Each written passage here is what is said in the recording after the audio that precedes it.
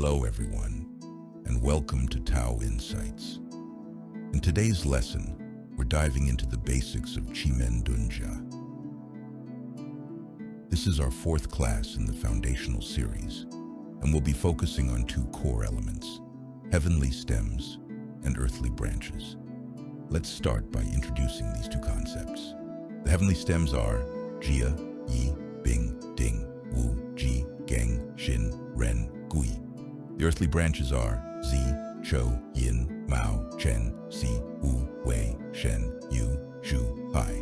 At first, all these terms might feel overwhelming, especially if you're new to Qi Men Dun Jia. But don't worry, this is a beginner's course.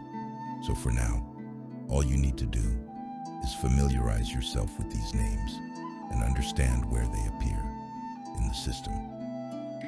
Now,